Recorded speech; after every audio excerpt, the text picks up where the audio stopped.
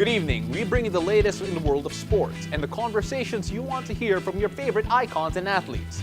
I'm Paolo Del Rosario. In tonight's game plan, as we approach the end of the NBA regular season, Chris Newsome joins us to break down his 2021 All-NBA guards. Find out if your favorite player made his list. Then we'll go inside the game of Olympic-bound Philippine rower Cris Nievarez as he paddles his way into achieving a gold finish. And we'll get the lowdown from the Commissioner of the NBL, Jeremy LOEGLIER, to get his take on Kai Sotto's anticipated debut in the Australian Pro League. Also joining us later on in the show is my co-host Laura Lehman. We are less than a week away from the NBA play-in tournament. That only means as the season comes to a close, it's time for us to hand out our very own awards for the players who definitely impressed us all year long. Tonight we are joined by Meralco Bolt star Chris Newsome. New, how are you doing? Going good, pal. How are you? I'm good. So, we're going to talk about probably going to be one of the most debatable lists in the NBA at the end of the season, which is the All-NBA guards. Now, I don't have your list. I'm looking through my script right now. I have nothing here. I have no idea who you're going to say. So I'm going to let you run me through your list first, and then I'm going to tell you why you're probably wrong. All right, so let's start out. That's fair. I like how that goes. Well, first on my list, I would have to say is Steph Curry. Mm-hmm. He's having an unbelievable year, and seeing how a majority of his team is injured and, they're facing a lot of adversity this season, mm-hmm. but they're still relevant because of this guy right here. He's actually leading the league in scoring, and he's breaking records left and right. So he's definitely got to be up there. Probably one of the most consistent players this year as well, whenever you look at it. So mm-hmm. I definitely have Steph there. And Chris Paul is actually on my first team as well. Oh, okay. You got to have Chris Paul in there, in my opinion, because he really turned that whole Suns franchise upside down. Of course, the coaching change also has something to do with it. But when you look at it, Chris Paul is the floor general, and he is the one that is leading that team to the best season that they've had in a long time.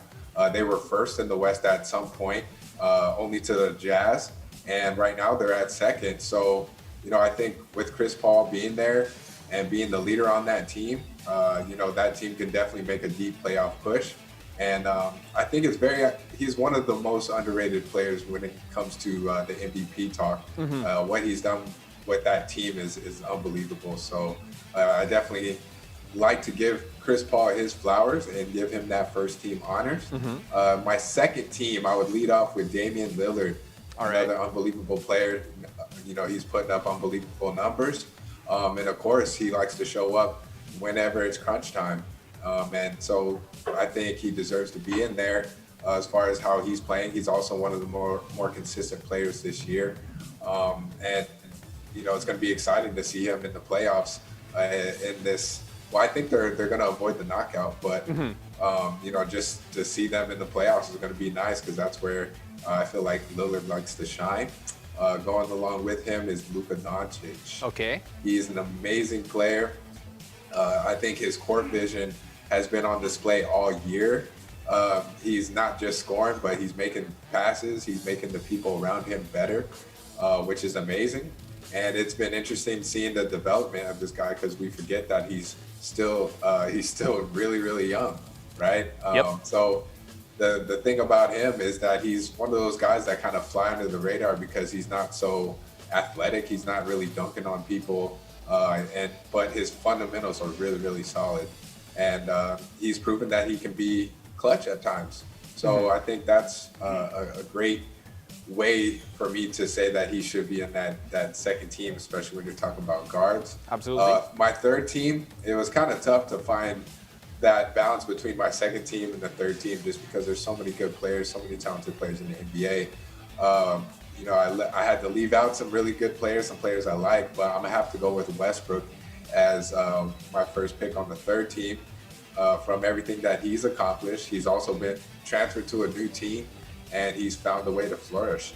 Mm-hmm. And I think that is definitely an underrated skill. And we're not talking about just one aspect of the game, but we're talking about multiple aspects of the game that he dominates, and on both sides of the ball. So I love to see that in players, and I think Westbrook has done a good job taking the criticism and everything that has happened to him and turning it into a positive this year. So I would love to see him get that. And my last would have to be James Harden, who was actually his teammate. He was, in a similar situation at the beginning of the season, but found a way to turn it around. He got hit with some injuries towards the end of the season that slowed him down. So that's kind of why there's less hype around him. Yeah. But the numbers he was putting up was just, amazing. And all of this was during the transferring to a new team, getting to know a whole new team, a whole new system, everything basically. And for you to still put up numbers, MVP caliber numbers, you definitely have to be on that third team. So all right. That's my first, second, and third team. You know what? The reason why I let you go through that list is because you passed off a lot of great guys here. I got my own list as well. So sure. I'm not going to complain about your picks because all of them are great choices. But you got to apologize to a lot of the Bradley Beal fans out there who, what does a guy need to do to get some more love? Because he has led the league in scoring for so long in this particular season, and he's not up on that list of the top 6 guards. You are 100% right, and actually that was the switch up I had. I had Bradley Beal in there. I did feel like that he did deserve it as well. When you're looking at how much he's doing from a scoring standpoint and a production standpoint, how much he has to provide for his team. He's been there. He's been consistent. So yes, I do apologize, Bradley Beal, for leaving you out and your fans, but I've just seen another aspect of James Harden come out this year that, if I didn't put him in there, I feel like I would be making a huge mistake. Whenever it comes to fantasy, I definitely pick James Harden over Bradley Beal. So that's why I kind of had to go with my gut feeling and put James Harden. All right, so now I'm going to let you issue another apology, this time one to me and one to our friend Aaron Ataide, because you may have besmirched the Utah Jazz and the Phoenix Suns here on this one. They have the 2 best records in the league right now, and you can argue that they wouldn't be where they're at without the offensive power of a Donovan Mitchell or a Devin Booker. Again, both of them not on your list, but I would argue possibly both of them are deserving to be in that top 6 as well. You're definitely right, Val, and I will issue my apologies. But Aaron, I know you're a Suns fan, so I know you're happy that at least I have Chris Paul in there, okay? I know you'll understand why I picked Chris Paul over Devin Booker, but equally as important, Devin Booker should be in there. He is a key piece. He has taken his game to a whole nother level, but I think Chris Paul is definitely the one that gets them through the game.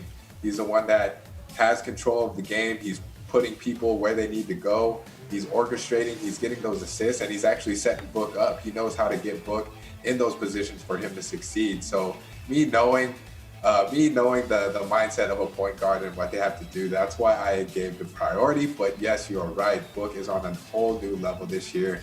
And Donovan Mitchell, I'm sorry, I had to leave you out. I am a Nuggets fan, and the Nuggets beat you last year in the playoffs when you had a 3-1 lead. So until you get that revenge, I will leave you out of my NBA team.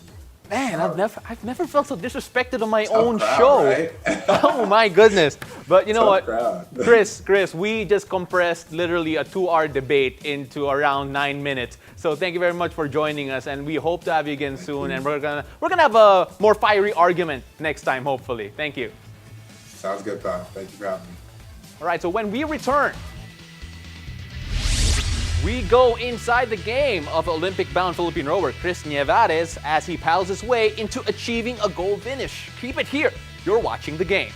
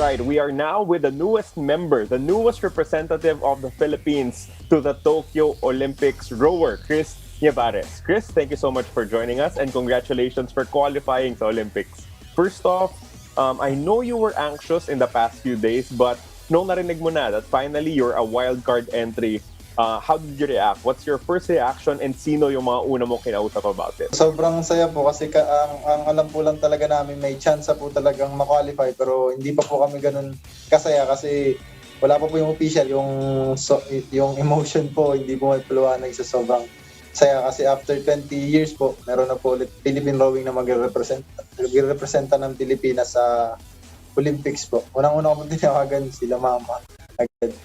Ano naman yung reaction ng parents mo when they found out na yung anak nila ay magiging Olympian? Of course, it's an honor that is reserved for only a select number of athletes dito sa Pilipinas. Yes po, sobrang saya po.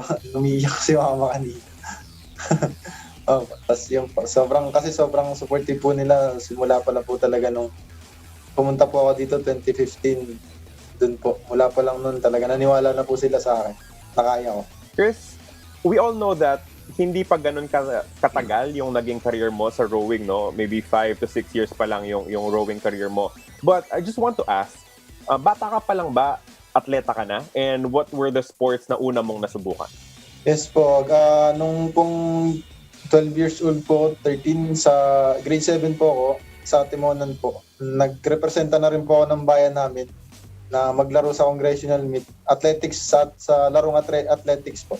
400 meter sprint po yung laro ko. So, parang hindi siya malayo sa sports ko ngayon kasi endurance po yung basehan saka yung lakas ng hita yung basehan. Kaya advantage din po nung nagpunta na ako po dito para mag-try out noong 2015 po. Pero paano mo na pagdesisyonan na rowing yung gusto mong subukan na next phase ng athletic career mo? Pumunta po din yung dating Philippine rowing athlete din po, si Kuya Justin Kyle Viñas. Siya po yung naging way para mapunta po ako dito sa Philippine rowing. Nagpunta po siya doon pagkatapos ng SEA Games. Tapos dinala niya po kami dito para mag-try out ng 3 months. Dalawa po kami na atimonanin. Binigyan po kami ni Coach Ed yung head coach po namin ng 3 months na mag-try out. Kung magustuhan namin, magtutuloy-tuloy.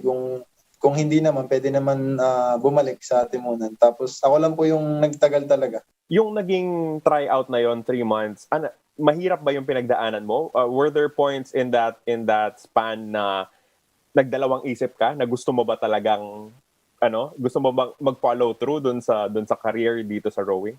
Yes po.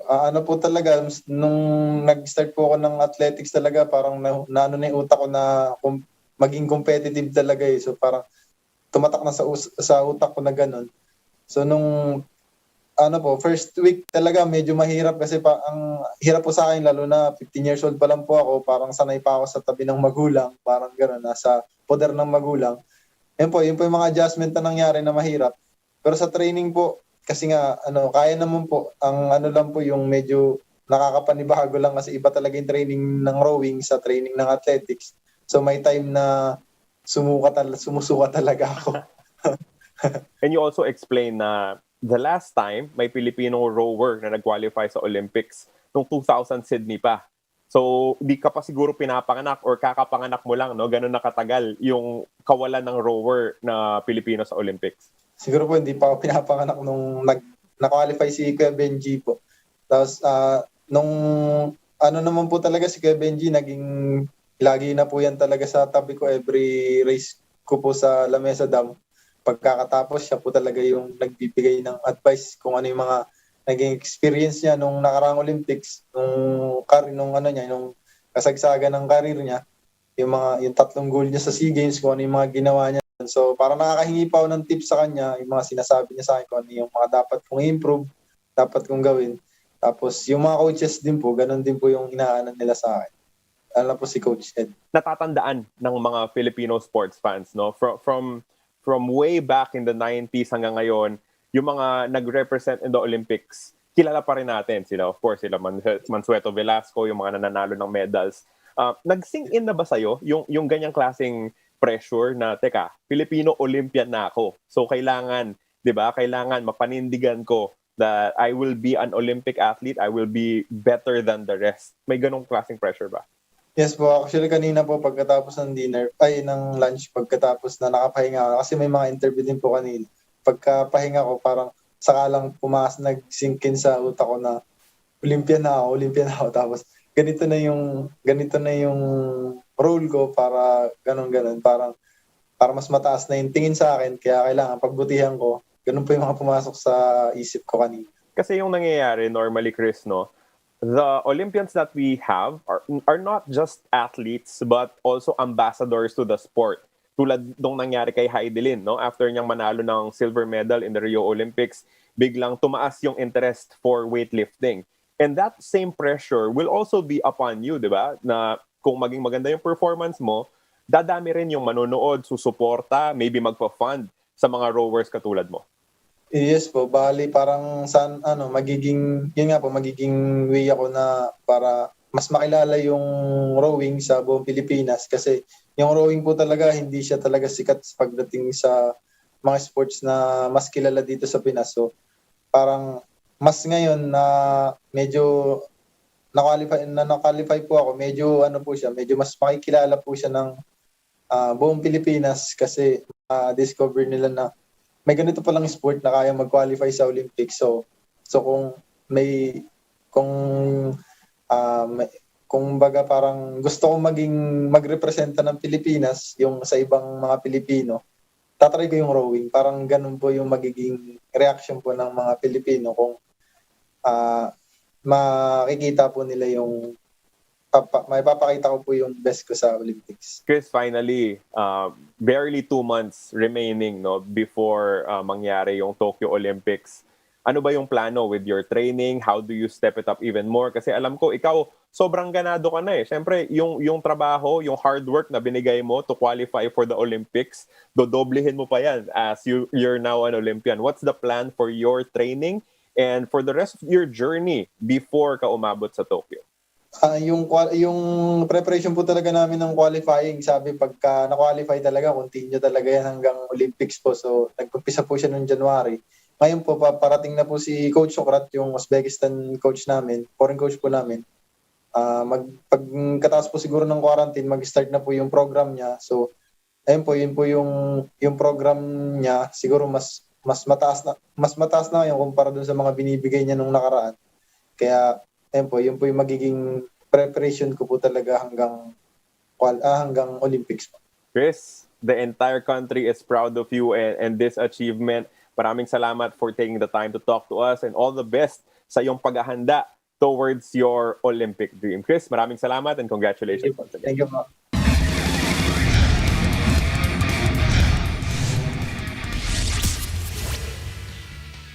And that was our correspondent Carlo Pamantuan taking us inside the game of 21-year-old Olympic-bound Cris Nievarez.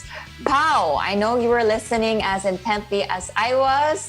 It was mentioned that the last time the Philippine team was in the Olympics for rowing was 2000. So 20 years ago, probably even before Cris was born. How amazing is this? You know, it's crazy because I was 10. And looking at how long ago that was, it just goes to show you that making it to the Olympics, it's really no joke. And for what he's doing as a 21-year-old, only starting when he was 15, it just speaks volumes about the effort that he put into it and the skill that he has. So hopefully, in the short time that he has before the Olympics, he can find another level and elevate the sport of rowing here in the country to a different level as well.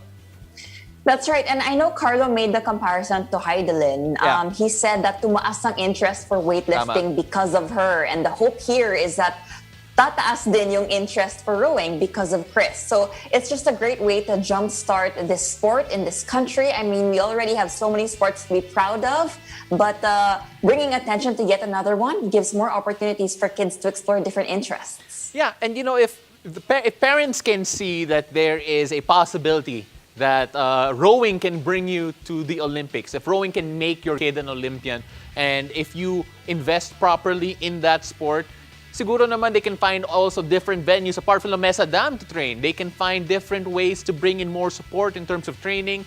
And right now we're seeing younger and promising weightlifters out there because of Heidi, and maybe Cris could usher in a new generation of rowers as well to accompany him as he becomes a more veteran in his sport as well. And yeah, exactly. As he mentioned also, you don't have to have an immediate interest in rowing right away. I think he said something like he used to be a sprinter first. He was sprinting the 400 meter on track, and then he transitioned into rowing. So really, it's all about the exposure. Once we learn more about the sport, once we get more exposed to it, then we can truly decide for ourselves which ones we're interested in. Well, sabi nga niya, it's because it's also an endurance sport. It's not just like a quick sprint. And yung lakas niya galing sa hita niya, it converts properly to rowing. You know, it was just, maybe it was a match made in heaven for him when he found the sport. The opportunity came to him.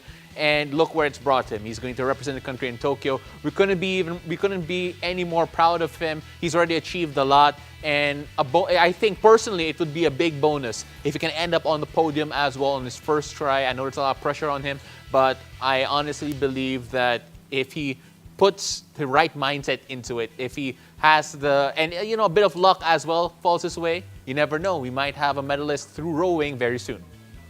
That's right. And with that, we're wishing the best of luck to 21-year-old Olympic-bound Cris Nievarez. Best of luck, mabuhay ang Pinoy. Now, after the break, we'll chat with the Commissioner of Australia's National Basketball League to talk about the upcoming debut of Kai Sotto. Stay tuned. You're watching The Game.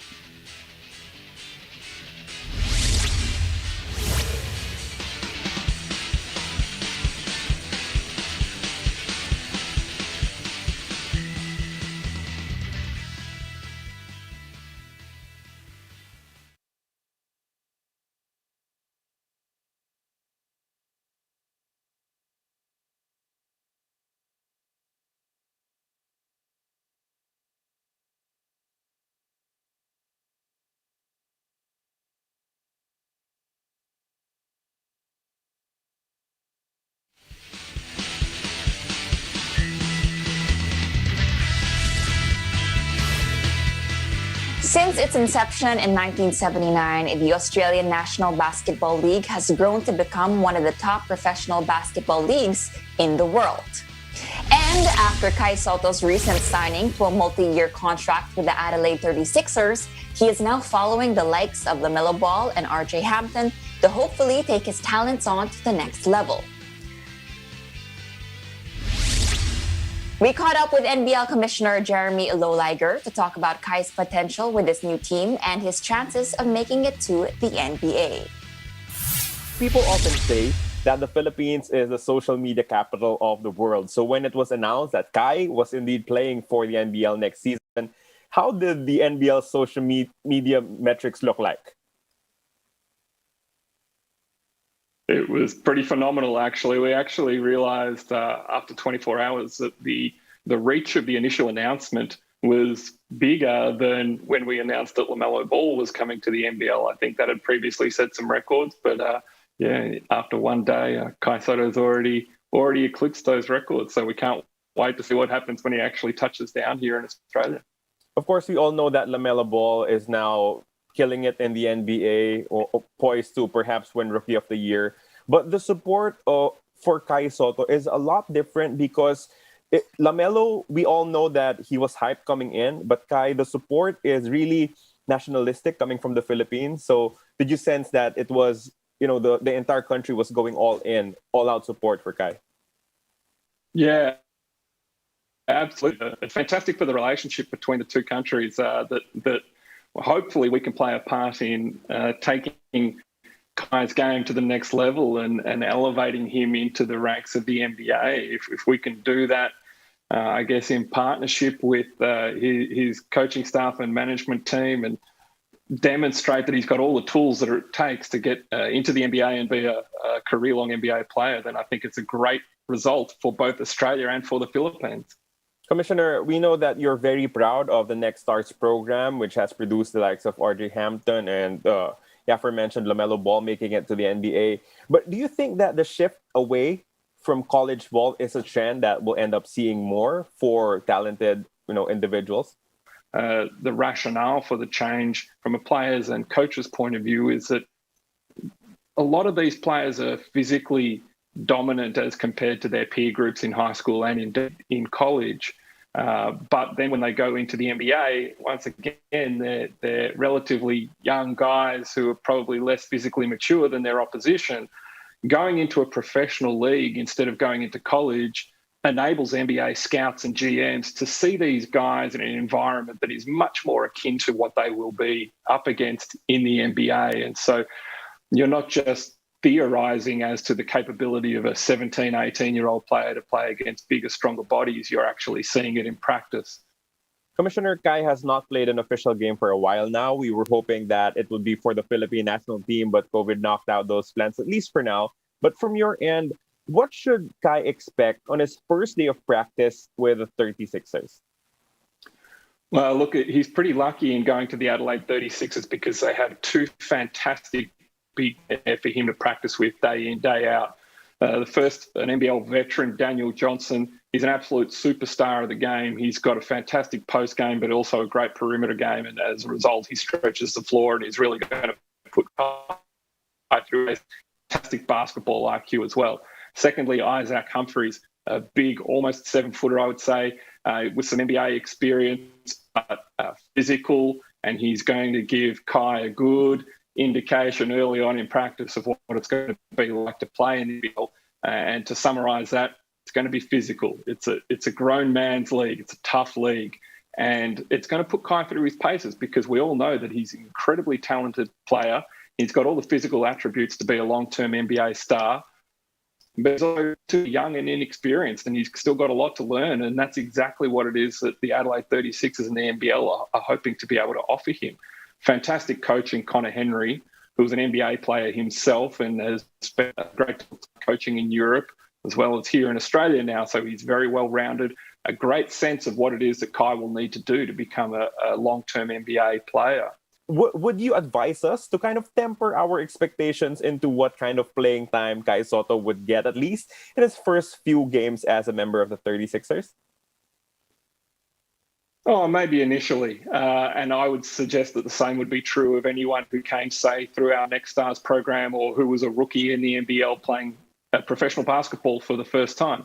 One of the things that you try and do is not put too much pressure on the athlete. You don't throw them out and expect them to perform in game one against seasoned veterans. And there's a number of them playing in the 5 spot on NBL teams. So Isaac Humphries and Daniel Johnson will certainly be, I would imagine, the starting guys in the front court for the 36ers. And you would expect to see Kai coming off the bench, I would expect. But who knows how that might change over the course of not just 1, but 2 seasons. Remember, the 36ers have really invested in the long term with Kai Sotto. They're taking him on and committing to 2 seasons straight away without him having set foot in the country. I think that's a fantastic indication of the confidence that they have in him as a player and as a young man, and not something that they would do lightly if they weren't expecting him to contribute significantly to that team. So, yes, moderate your expectations early on and don't read too much into that, because I think the same would be true of any player in his position. Well said, Commissioner. Can you just give us a lay of the land right now? How many NEWSOME'S players are we expecting to suit up for the NBL in the upcoming season? That's a very good question. You're going to have to watch this space and find out. We're in discussions with some very, very talented young men. We're very excited about what the future might hold for the NBL and the NEWSOME'S program. We're really excited about bringing our product into homes around the Philippines. We've been getting fantastic interest from around the Philippines of late since the Kai Sotto announcement, and we're looking forward to partnering with many fantastic Filipino companies and broadcast partners, social media partners, to continue to tell our story and demonstrate the credibility of the NBL as a pathway to the NBA. That's the trajectory that we see Kai Sotto on. That's the trajectory that we know our next batch of NEWSOME'S are going to be on as well. Well, if you wanted to get into national TV here in the Philippines, getting Kai Sotto was indeed the best step that you can make. Congratulations for that great signing, and we cannot wait to see NBL basketball here in the Philippines. Thank you for your time.